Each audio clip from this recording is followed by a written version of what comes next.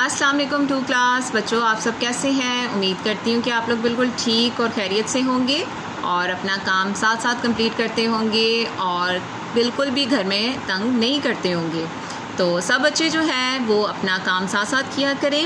अब अपनी उर्दू की बुक खोल लें और यहाँ पेज नंबर जो है वो 37 खोलें और यहाँ आज की डेट लिखें 20 मई 2021 और दिन क्या है, जुमेरात। बच्चों, हमने प्रीवियस लेक्चर्स में आबिद की तौबा के सवालात किए हैं, उसकी पढ़ाई की है। तो अब हम करेंगे इसका बुक वर्क और इस बुक वर्क में आज हम क्या सीखने वाले हैं, हम सीखेंगे वाहद जमा बनाना। ठीक है, वाहद एक चीज़ होती है और जमा ज़्यादा चीज़ें होती हैं। मतलब अगर आपके पास एक पेंसिल है तो ये वाहिद है, और अगर आपके पास दो या दो से ज़्यादा जितनी भी पेंसिल्स या चीज़ें होंगी तो वो क्या बन जाएंगी, जमा।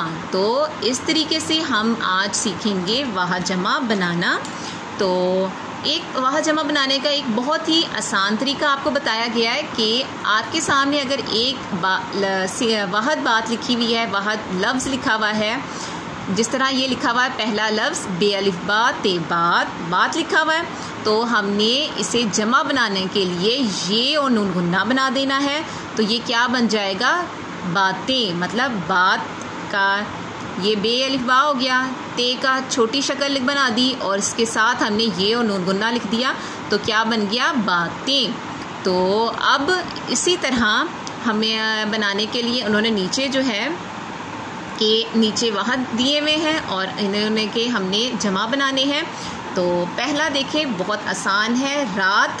सेम इसी तरह लिखेंगे जिस तरीके से बातें हैं, रे अलिफ रा, ते का सिरा। ठीक है, साथ हमने ये और नून गुन्ना बना देना है। ठीक है, ये होगी रातें।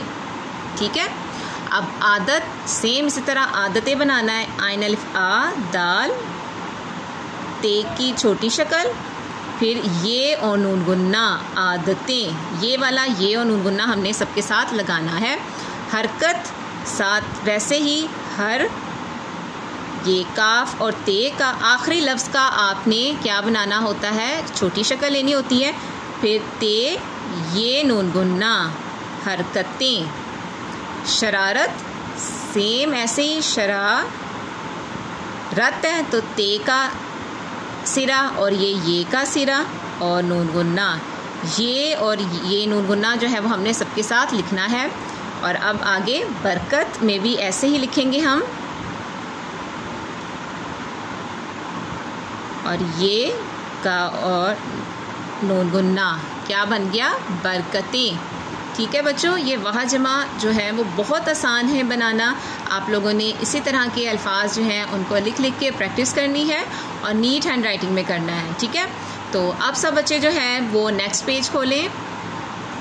इसमें बच्चों हमने क्या लिखना है, हे की शक्ल। मतलब आप ये देखते हैं ना हे, तो इस तरह जो होता है, तो उन्होंने आपको बता रहे हैं कि अगर किसी हरफ के साथ जब ये हे मिलता है तो उसकी शक्ल ऐसी हो जाती है, अलिफ मद्दा की तरह। जिस तरह अलिफ मद्दा आप लिखते हैं ना, ऐसे वाला अलिफ मद्दा, तो हमने ये नहीं सिर्फ इसको लिखना होता है। ठीक है, तो इसी तरह अब आपको कहा हुआ है, जिस तरह नज़र आ रही है मसलन ते वाओ बे, और जब हे लिखा तो हमने हे नहीं लिखना बल्कि बे है बा लिख के इस तरीके से हम लोगों ने लिख लेना होता है। अब आपको कहा गया है कि आप इस कहानी से ऐसे अल्फाज तलाश करके लिखिए जो हे पर ख़त्म हो रहे हैं। तो अब आप लोगों ने ख़ुद ढूंढने हैं, मैं तलाश कर चुकी हूँ, तो आप लोगों ने साथ साथ जो है वो लिखते जाने। पहला लफ्ज़ क्या है, आपके सामने लिखा हुआ है तौबा, तो हम इधर लिखेंगे तौबा।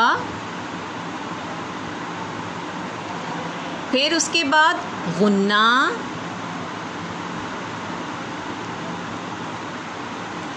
फिर साहिबा, स्वाद अलिफ सा हे बेहिबा, साहिबा।